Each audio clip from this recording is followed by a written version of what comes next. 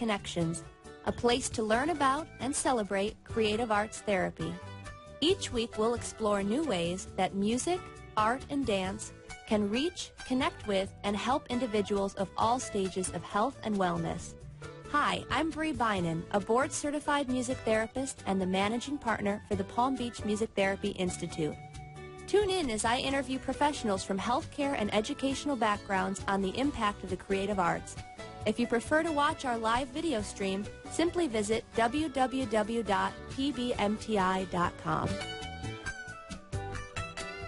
Hello, thank you so much for joining us tonight. You're listening to and watching Palm Beach Music Therapy Connections.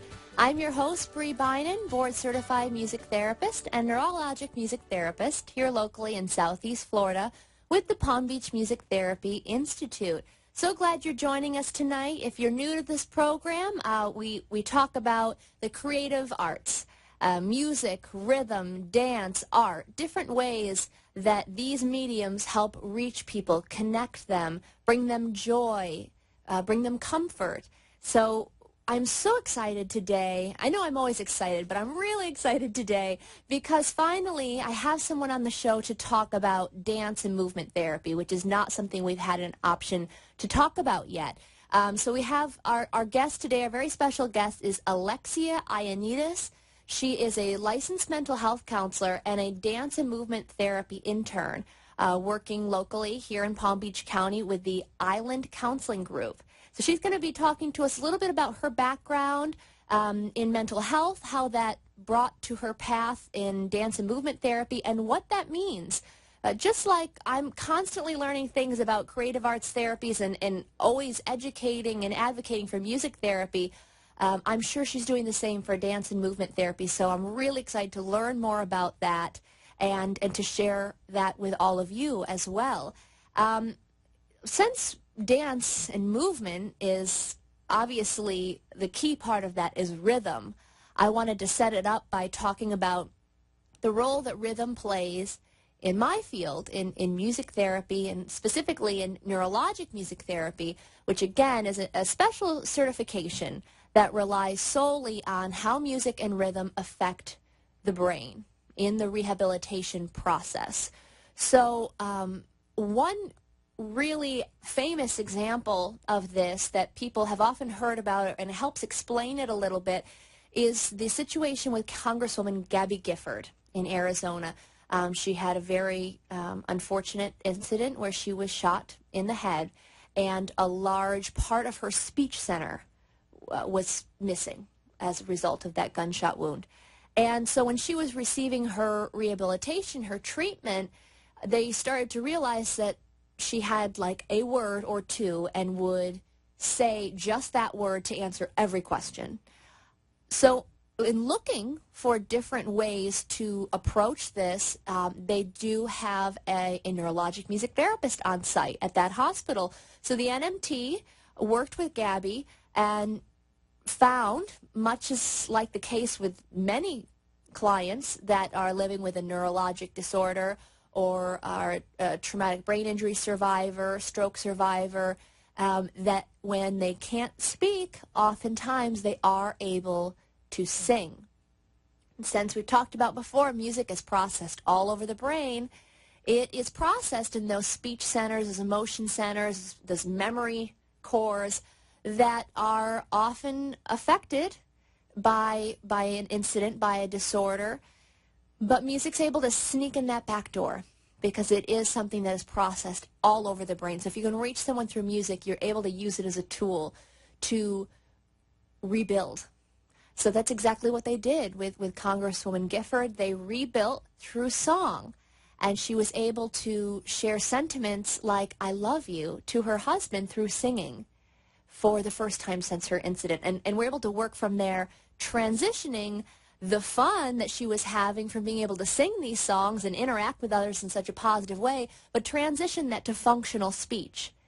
And I don't know if you have had the opportunity to hear Congresswoman Gifford speak in recent months, but it's incredible, the recovery that she's made. And she will publicly talk about her experience with music therapy and neurologic music therapy and how that was so important in her recovery. So NMT, or neurologic music therapy, is working on how rhythm can help retrain the brain. That's a speech therapy example. Another way is tapping into someone's gait pattern.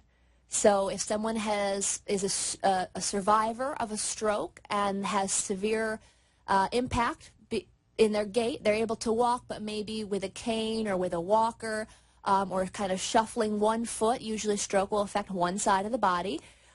Using music, using rhythm to entrain that, to first match the person where they're at, and then slowly use the rhythm to help them get back to a natural rhythmic gait.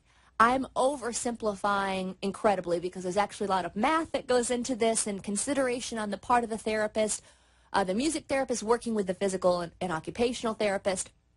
But going through this training, I've had the amazing experience of watching a session live and watching where someone is at the beginning of a session and where they are at the end, and how our brain just clicks into that rhythm. And we are able to become entrained, whether it's by walking, whether it's by motivating our limbs to extend a range of motion, to reach something by putting a musical stimulus there, by putting a mallet in the hand and putting a drum out there. All right, we're going to work to your favorite song, but keep that song going. You've got to hit the drum on the beat. Music is motivating. And it's through exercises like that, interventions like that, that people are able to reach some incredible goals, that not only are they having fun while singing and moving to music and playing an instrument, but are able to transition those goals, transfer those goals to real-life situations that are really going to help them reach for something that they need, or use their speech to call out to someone, increasing their volume, be able to have a conversation over the phone, being able to get out of a car and walk and transition safely. Music can play a huge part of that, which is, it's remarkable, even being in the field, to see how that happens and to see how we as humans are so responsive to music and rhythm is amazing to watch. You know, I always talk about how from the beginning of time, and Aristotle and Plato, how they would list music as one of the main things to pass on to the next generation, to teach children in school. Why would they say that? For just an entertainment value. You know, obviously music is entertaining. It's a huge part of our culture, of our society. We all use music in our own ways to entertain us, and partly that's why it works so well as a therapy, because it is fun and entertaining. But it seems to me that the great minds from the beginning of time recognize that power in music and rhythm as being more than that, as really tapping into who we are, just our human nature, having that rhythm that we're born with, that we hear even before we're born, that heartbeat, learning to walk in that rhythm. No one teaches us these things. That's a rhythm that we own, that's unique to us, which is really special. So I just wanted to set up that foundation, because we're going to be talking about rhythm today, dance and movement therapy, how Alexia uses that as a medium to help her clients, which is really exciting. I don't know much about this, so I'm learning right along with you all at home. We are, being in Southeast Florida, we are in a very high traffic area, so we are waiting on Alexia to get here currently, so if I am still talking after the break, you know why. I'm going to still be setting her up and introducing the great work that she's going to be here soon to talk about. So if you're listening to us from a car, please be safe. We hope that we give you a little motivation through music along the way, but please be safe out there on the roads. It is a busy time of day, and I'm so honored that you're sharing this time with us. Unfortunately, this week, we had another great loss to the music industry. Last week we paid tribute to David Bowie by singing Changes. This week we lost Glenn Frey, a founding member of the band The Eagles. Talk about music that you use to soothe or wind down or calm down. I mean, the Eagles' music to me is the essence of that, especially in this area. You know, I know they're good friends with Jimmy Buffett. It's that kind of calming country but islandy feel. I love that music. And what a gift Glenn Frey gave to the music industry, to music lovers everywhere. So I just wanted to take an opportunity to share one of my favorite Eagles songs with all of you. As always, we're on social media, we're on Twitter, we're on Facebook, we're on Instagram. We'd love to hear, what are your favorite Eagles songs? How did Glenn Frey and his voice, his guitar playing, his songwriting, how did that touch you and influence you as a music lover or as a musician? So I want you to think about that. Please reach out to us, engage with us on social as I play for you Peaceful, Easy Feeling.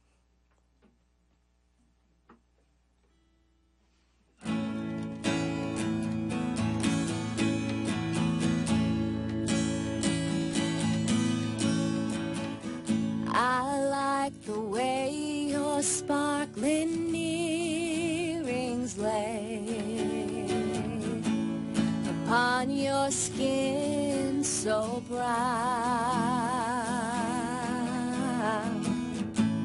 and I want to lay with you in the desert tonight, with a million stars all around. I got a peaceful, easy feeling, and I know you won't let me down, 'cause I'm already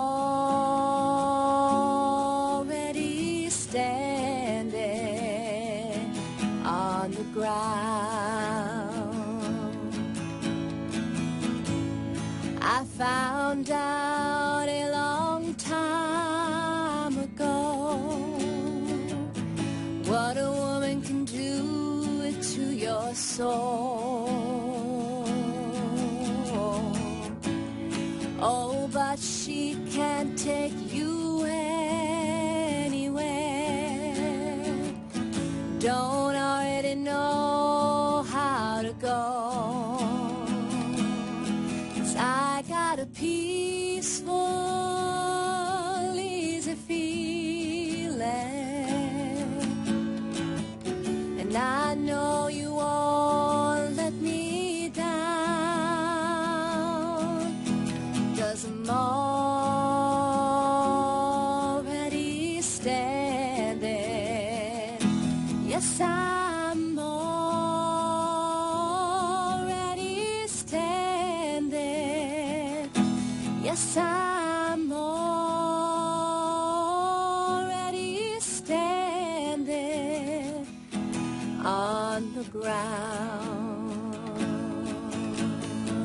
Ooh, on the ground. After a few commercials, we'll be right back to talk with you about dance and movement therapy. Stick around.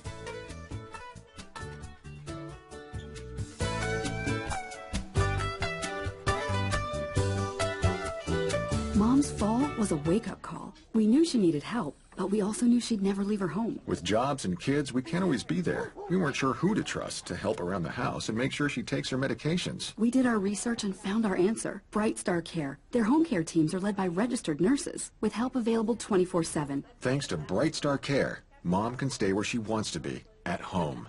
For a standard of care that raises the bar, call 844 for Bright Star. The Palm Beach Music Therapy Institute is a professional music therapy practice serving medical, community, and educational settings throughout Southeast Florida. With our experienced team of 11 board-certified music therapists, we use music and research-based therapeutic interventions to help individuals of all ages and abilities reach their goals and increase their quality of life. For more information on our services and programs, please visit our website at pbmti.com.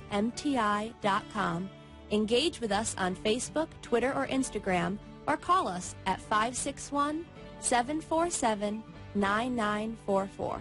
You are listening to Palm Beach Music Therapy Connections. If you'd like to join the conversation, the toll-free number is 888-565-1470. Now back to the show. Hello, everyone. Thank you so much for joining us tonight. You're listening to and watching Palm Beach Music Therapy Connections. I'm your host, Bree Beynon, board-certified music therapist and neurologic music therapist. We have a great opportunity today to talk to our first ever dance and movement therapist on the show, Alexia Ioannidis. She is a local licensed mental health counselor and a dance and movement therapy intern with the Island Counseling Group. Unfortunately, she is still en route. She's not quite here yet. Any moment, if you're watching this, I'm hoping you can expect to see her cross the camera and we'll get right into the interview. But in the meantime, I wanted to talk to you about a few exciting things that are going on here in Florida. It's a really, really great time to be learning about some of these fields: music therapy, art therapy, dance and movement therapy, and especially for music therapy because, as I've mentioned before on this show, we as a field are nationally accredited and recognized through our American Music Therapy Association, through our certification board for music therapists, but each state is unique in how they recognize the field. So in the state of Florida, we are not yet recognized as an allied health profession, so we're actively working on that. Legislation is open. We have an early legislation season this year, but it is open now. Our senators and our representatives are up in Tallahassee representing us, taking a look at countless bills that I'm sure are passing their desks over the next several weeks.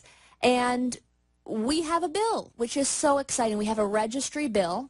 And what that will do is it will give the title of a registered music therapist in Florida. So protection of our title, also increase awareness of how we're working as an allied health profession. Lots of really exciting things that even though we're already working in these settings and already treating these goals and working with other professionals, give that recognition that the field is really lacking right now.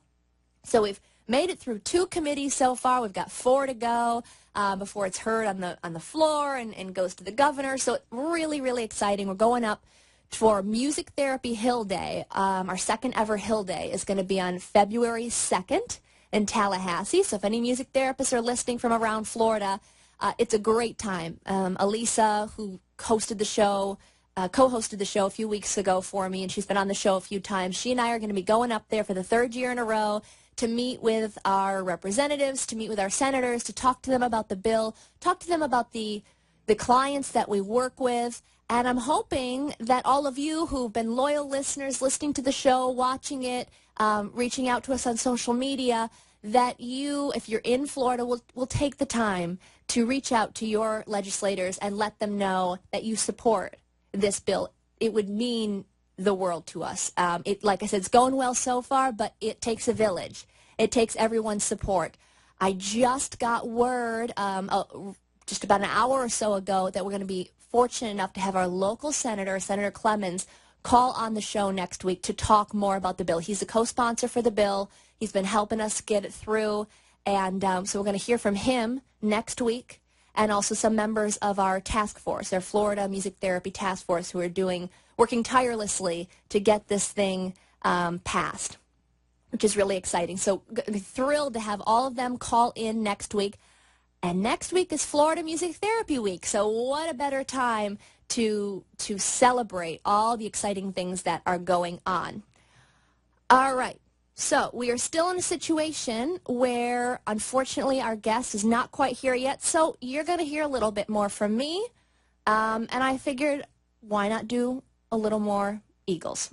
So I've got my chords on my phone here. This is really impromptu.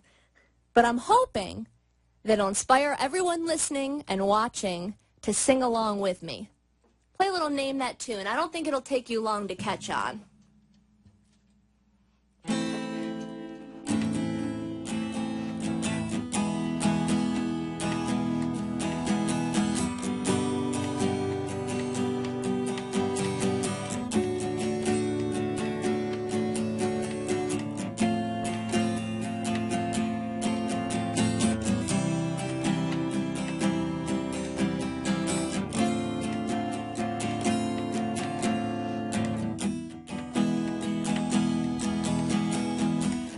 On a dark desert highway, cool wind in my hair, warm smell of colitas rising up through the air.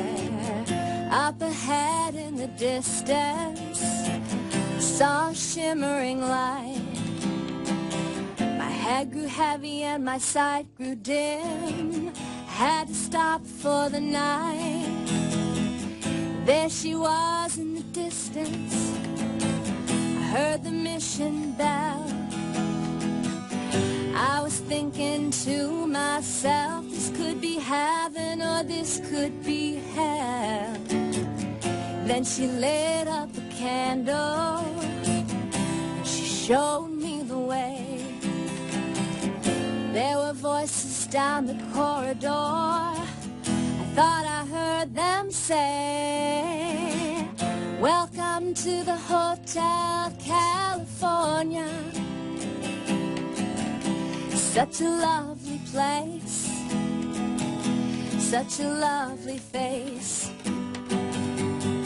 Plenty of room at the Hotel California. Any time of year, you can find it here. Mine was Tiffany Twisted. She got the Mercedes-Benz.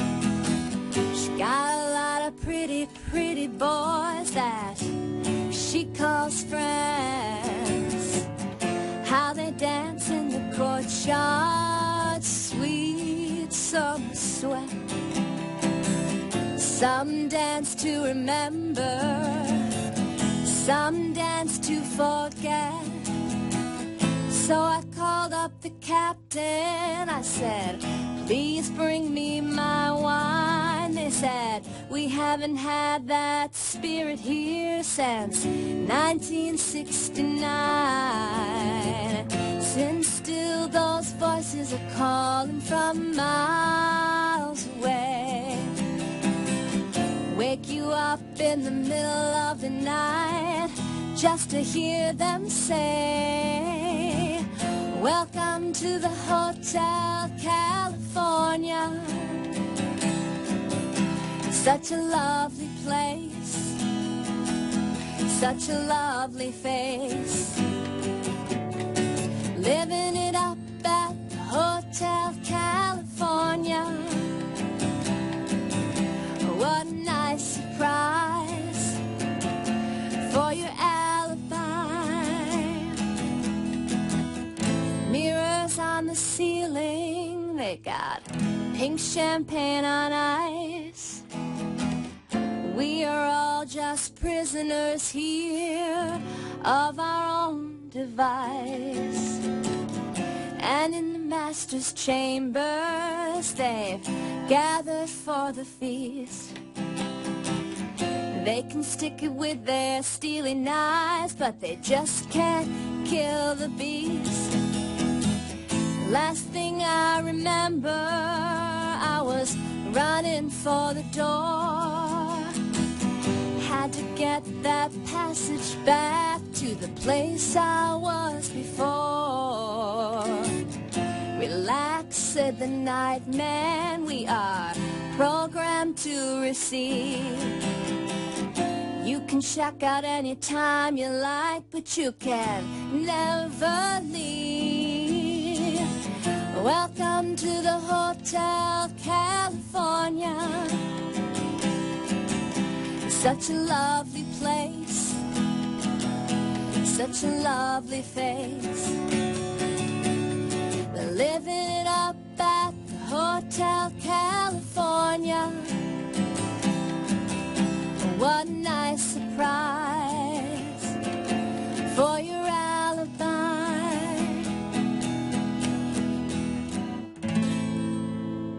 I hope you're enjoying our little impromptu Eagles sing-along, a tribute to Glenn Frey, who gave so much to the music industry, musicians, inspired so many musicians, music lovers everywhere. Thank you for letting me have an opportunity to pay my own little tribute, and I hope you were singing along, tapping your toe along, enjoying at home. We're going to cut to another commercial break. So after a word from the sponsors, hopefully we'll come back and chat about dance and movement therapy. Thanks so much.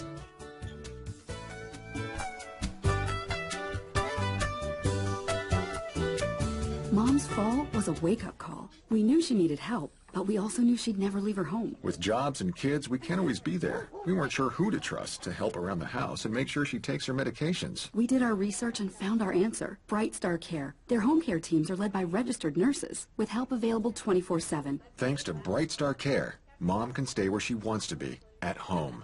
For a standard of care that raises the bar, call 844 for Bright Star. The Palm Beach Music Therapy Institute is a professional music therapy practice serving medical, community, and educational settings throughout Southeast Florida. With our experienced team of 11 board-certified music therapists, we use music and research-based therapeutic interventions to help individuals of all ages and abilities reach their goals and increase their quality of life. For more information on our services and programs, please visit our website at pbmti.com. Engage with us on Facebook, Twitter, or Instagram, or call us at 561-747-9944. You are listening to Palm Beach Music Therapy Connections. If you'd like to join the conversation, the toll-free number is 888-565-1470. Now back to the show. Hello, everyone. Thank you so much for joining us. You're listening to and watching Palm Beach Music Therapy Connections. We're so glad you're here. I am so excited to say that my guest is here. Alexia, thank you so much for being here today. Oh, you're welcome. It's a pleasure. Straight off of 95 traffic and into our studio. Well, we're glad you made it here safely. Thank you. I just kind of started the show by talking about the impact of rhythm.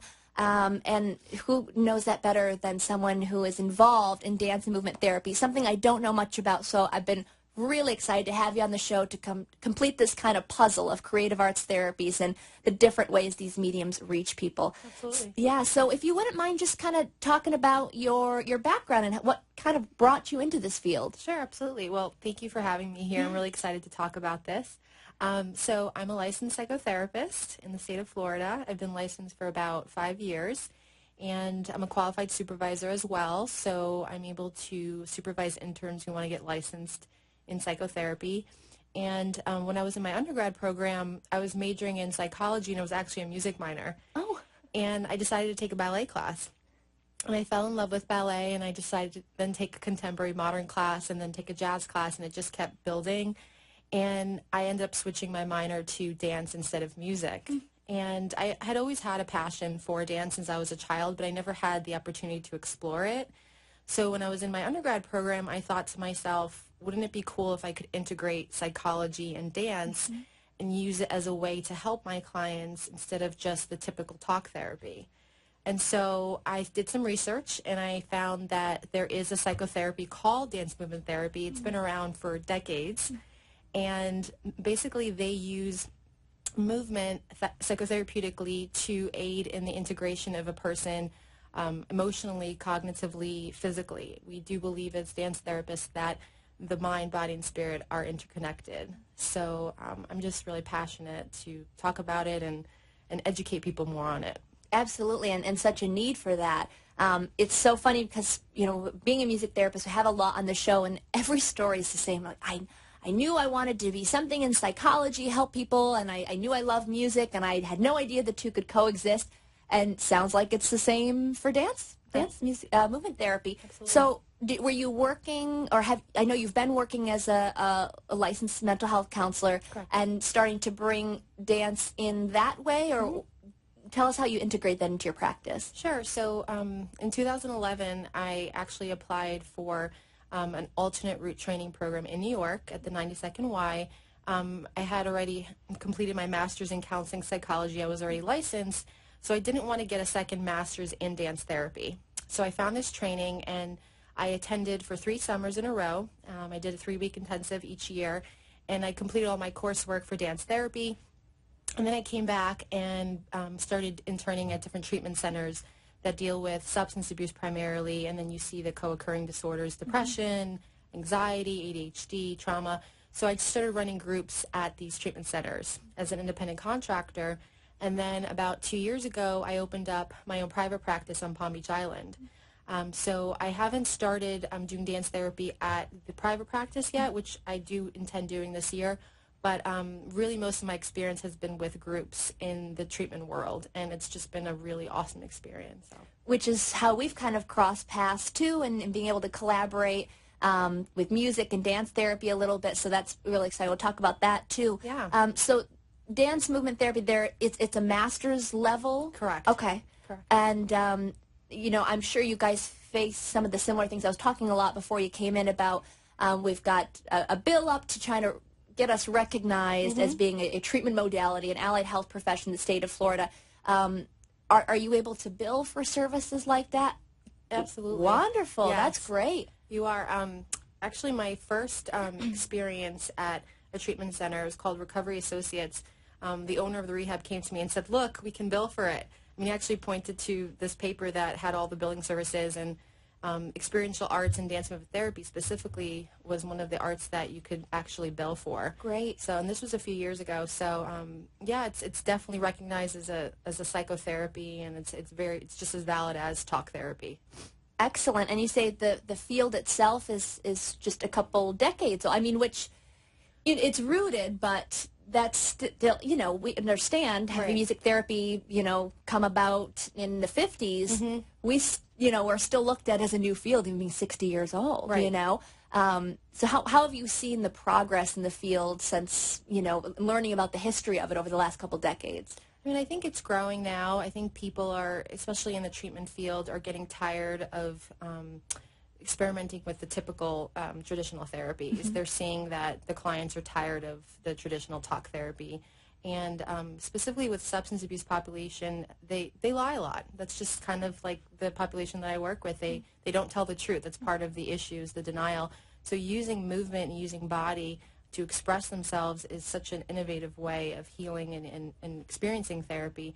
So I think the treatment world is starting to notice that. It's different. It keeps the client's attention. It's not boring. It's fun.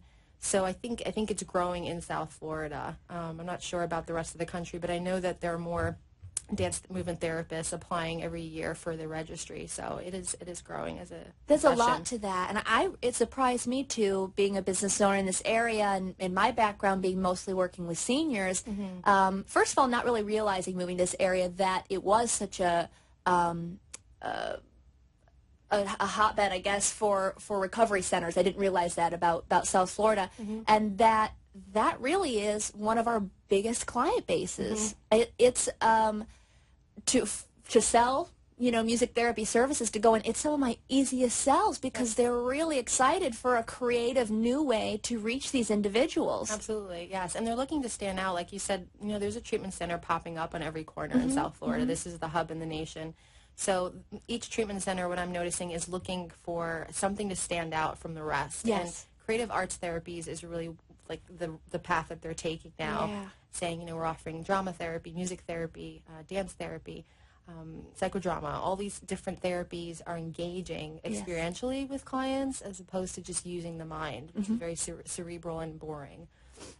Absolutely. It's been such a gift for us to learn that, and I know you work with Allie and friends with Allie, and she's, you know, our primarily in Palm Beach County, who works in the different centers, and it's incredible. You know, I go and observe sometimes or sit in and just to see what they give back, and that rapport and that trust that's fostered through those creative arts, those mediums. It's a beautiful thing to see. It is. What would you say, in your words, are the difference between, you know, someone saying, oh yeah, I use dance therapy all the time, I'm out dancing every weekend, it makes me feel good. Of course, it does make us feel good. How do you explain that to someone, the difference between dancing and the career and the field of dance movement therapy? Right. Well, we all know dance has been around since the beginning of time, and it's a joy, it's a way of expressing feelings. But with dance movement therapy, there are specific treatment goals, there are objectives, there are interventions that we use to help the client have their feelings and emotions and memories surface so that we can verbally process them and uncover certain blocks and deal with them. Whereas with dancing, there isn't really a specific therapeutic goal or intervention. It's just kind of spontaneous and improvisational. So with dance movement therapy, there's a lot more intention, I think, behind it. And, you know, we say and I'm sorry if I'm comparing the two a lot. I mean, it's just kind of interesting to see the parallels between the fields. You know, we're not working on musical goals like a music teacher might be doing. It's looking for that non-musical goal. So what are some of those non-dance, non-movement goals that you would be addressing? Sure. Well, just using my substance abuse population, typically when they're using, they're in isolation. They don't want to be around other people, obviously. So one of the goals that I try to accomplish with that population is to bring them out of isolation into community.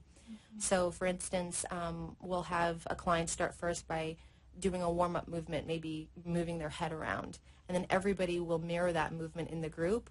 So that really helps the person who's initiating the movement to feel validated, to feel like, okay, you know, they're feeling in their bodies what I'm feeling in my body, and that's called kinesthetic empathy. It's just as if I was talking and you mirrored what you heard me say. I would feel like you heard me, like you validated me, like you care. It's the same thing when somebody's doing our movement in their own bodies.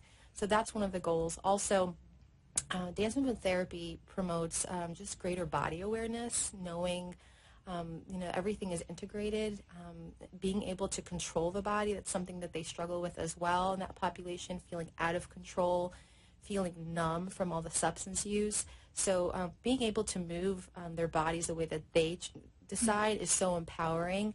And so it brings them a sense of identity and empowerment again.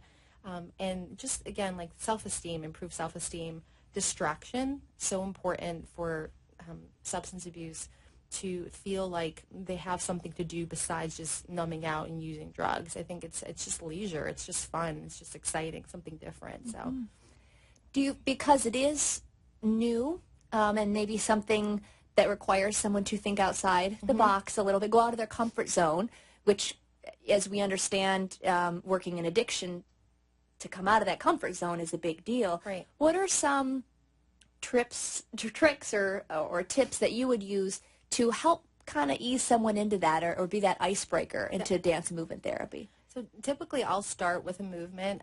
So how a dance movement therapy session is patterned is warm-up, theme, and then closure. So during warm-up, we're just kind of getting to know each other in the group. We're mirroring each other's movements. That's a really key tool that we use. And so I would go first, and I would have the group kind of mirror me so as not to put the pressure on them to start initiating movement. And then once I see that the group is comfortable initiating movement, then I'll pass the movement along and somebody else can take a turn. But in the beginning, if I see that they're very uncomfortable, I'll take initiative with the movement and just have them mirror me and not put the pressure on them to think of movement. And then once they start moving their bodies and sweating a little bit and just kind of loosening up, the movement comes to them. It's very intuitive. They start listening to their bodies again and not thinking about, well, what movement am I going to do next? But their body tells them what movement they want to do next. So it's just very different. It's connecting the mind and the heart together. And it's just a very intuitive process. And it usually happens when they're willing to let it happen, I think. So, do you find that most groups you do are open to that? Is it a struggle to kind of... In the beginning, everybody thinks it's weird. This is weird. And of course, because using their bodies in a healthy way is weird. They're used to numbing out. They're used to dissociating. They're used to, you know, sticking needles in their arms and not feeling a thing. So in the beginning, it's a little awkward, and I always find some resistance. But I just tell them, you know, I kind of just try to build rapport and say, you know, give me an hour. And if you don't like it, you never have to do it again. And then by the end, you know, they tell me, wow, we love this. You know, this was such a distraction. I didn't think about getting high for the hour. So we just keep building upon that momentum each week. But yeah, typically in the beginning, everything new and different is going to be a challenge for them to engage in. Sure. I just love what you said about the validation, because it is different and new, and you know, we hear it a lot with music too. I'm not a musician, I'm not musical, you know, and I could see myself even saying that to you in a group. I love to dance, but I can't. Like, I am a 8-year-old dance school dropout, you know. But having that, why it's, again, so important to have that therapist background to know how to take that reaction. And then to break it down, like you said, to, okay, you make a simple movement and watch everyone validate that. I mean, it gave me chills to hear you say that. What a powerful feeling that must be. I'm trying something different, and no one's laughing at me. They're not talking about me. They're doing it with me. I just imagine that must ease, put a lot of them at ease. Absolutely. Have you had any experience to co-treat with music therapy at all? I actually haven't. Allie and I have talked about doing something like that. She also works at one of the treatment centers that I do some contracting work with. So that's something that I'm definitely interested in. I do use music in my sessions. I think music is a very powerful driving tool. Some dance movement therapists don't use music. Some dance movement therapists don't use music with lyrics. I like to use instrumental as well as lyrical music. I think each has its value. So that's something that I'd like to explore further in the future. Just in case there are any either music therapist or dance and movement therapists out here, what would be your advice? I'm kind of putting you on the spot, but for collaboration, how would you see the addition of a music therapist or having live music in a session? How would you see that as being a benefit? I just feel like music is healing, just to listen to the different chords and the notes and the melody. I just in and of itself, that is enough. And so to be able to work as a team, I love working in team settings as opposed to myself. So to be able to collaborate with a music therapist who knows her stuff or his stuff and feel confident in that and really drive the session with their music knowledge and their music therapy knowledge, and then have the group and myself respond to that music, I think that's very collaborative, and I feel like it will promote almost like a sense of team and a community also. So I saw this video, and I don't know if it was actually a music and dance movement therapist, or if it says it was. I didn't get a chance to really look into it, but if it wasn't, it sure looked like people who knew their stuff. It was working with a Parkinson's group. I don't know if you saw this, but it was dancers from a local ballet company came in, and then they said their music and dance therapists were also present to help a Parkinson's group reconnect with their body, with their movements, alongside some professional ballet dancers. It was so incredible to see, and they had the big mirror there, and to watch that, and I was so touched by it and so excited to have you on and get to explore more about. It's beautiful to watch and to see their smiles, but why? Why is that having such an impact? We're going to cut to a quick commercial break. I'll hear a word from our sponsors. When we come back, we're going to keep talking to Alexia about dance and movement therapy. Thanks so much.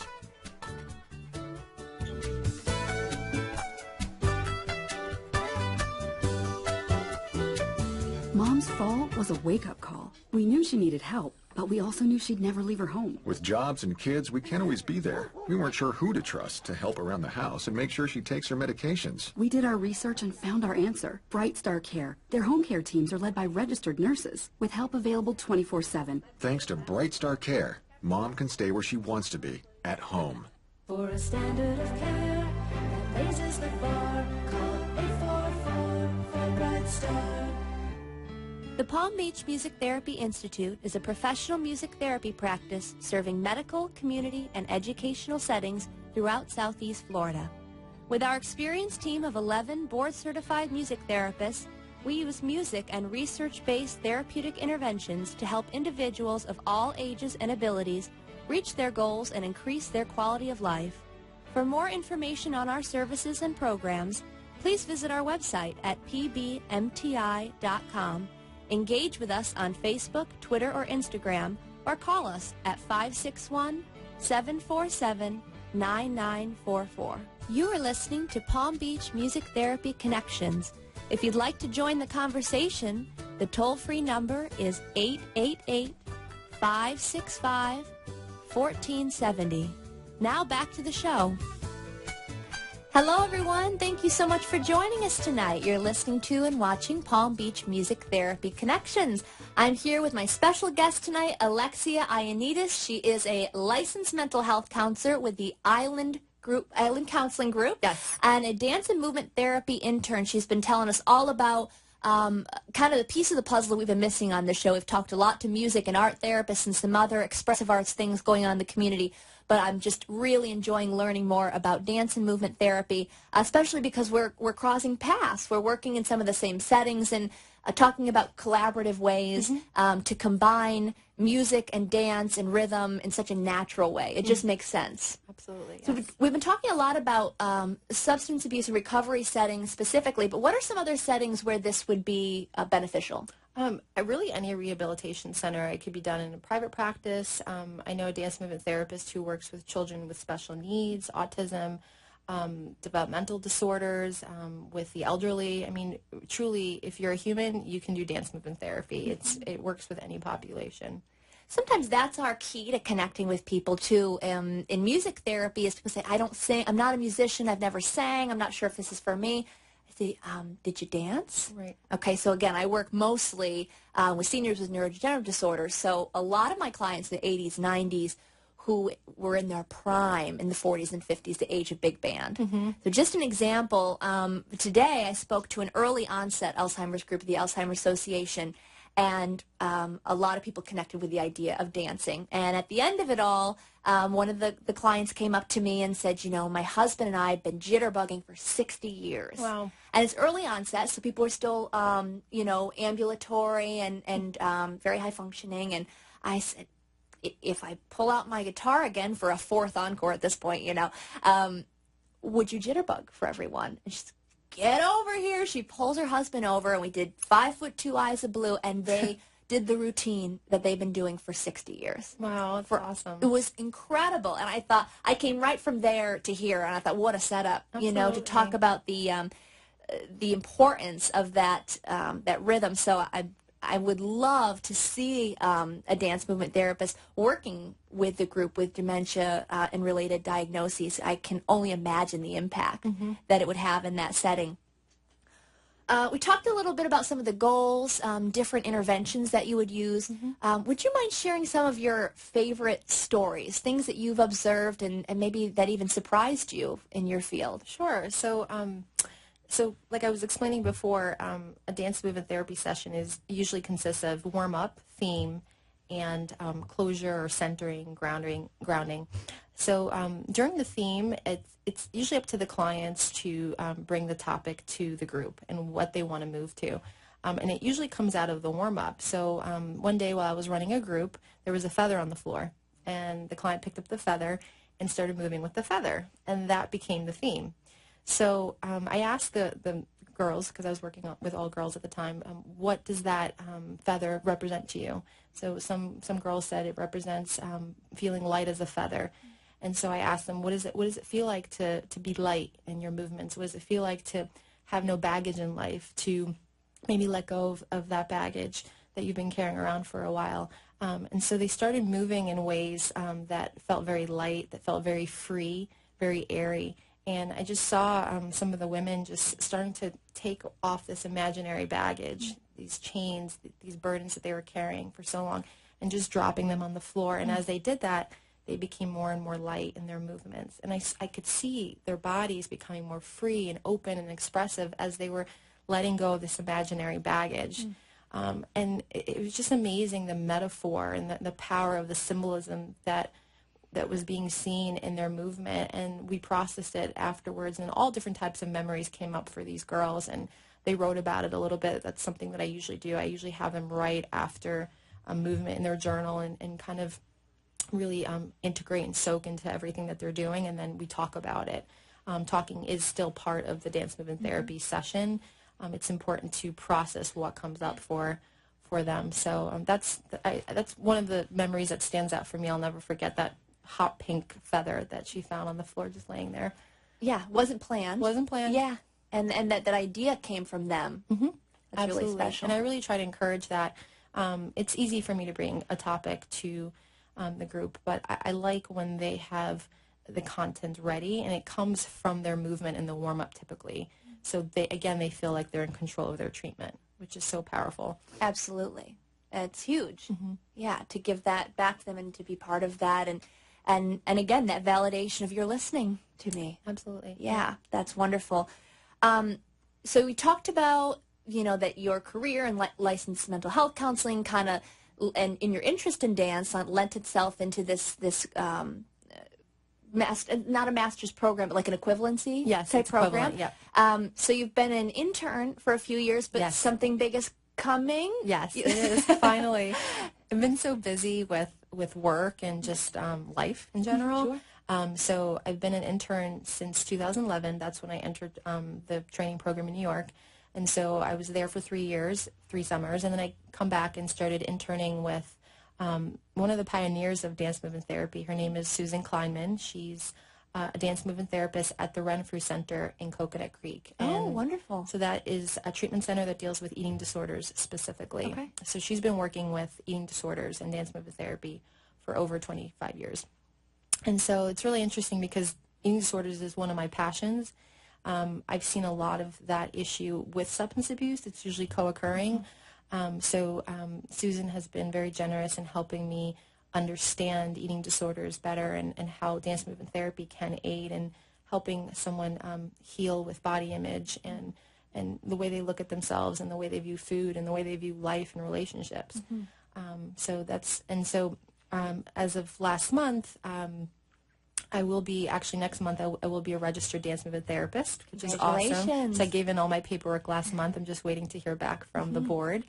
And so, yes, as a dance movement therapist, you need to have a master's or an equivalent and have 700 hours of supervised internship. Okay. And that's what I did this year. Congratulations. Thank How you. exciting. I'm really excited. If someone is listening and this is new to them and it's kind of piqued their interest, how can they learn more about the field in general? So I would recommend for them to go to adta.org. It's the American Dance Therapy Association. They're the governing board. And anything they want to know is on there, from what is dance movement therapy to how do I get certified as a dance movement therapist to watching videos about dance movement therapy and actually watching sessions, which I think it's really awesome because dance movement therapy can't really be expressed in words. It has to be experienced. So just watching them online, I think, would really give the audience a better idea of what it is and how helpful it is. Absolutely. I know that, not to put you on the spot since we're on the air, but I know that I would love to come observe and to see that first. And it's so interesting to hear about, but especially looking for those collaborative ways for music and dance to interact together. Absolutely. Really, really exciting.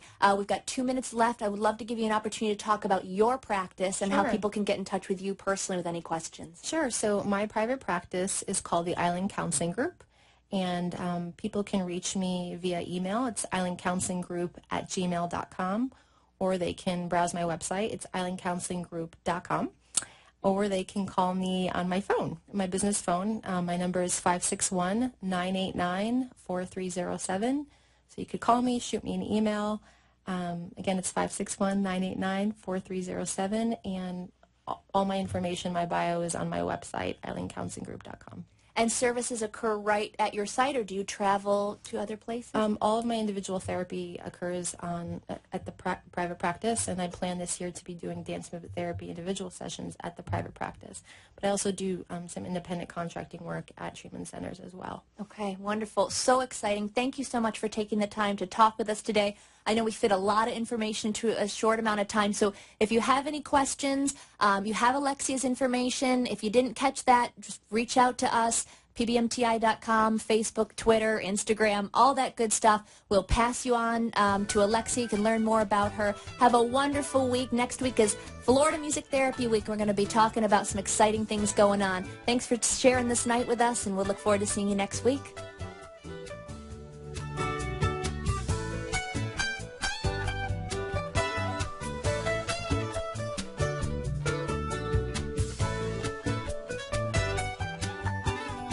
Thank you for listening to Palm Beach Music Therapy Connections.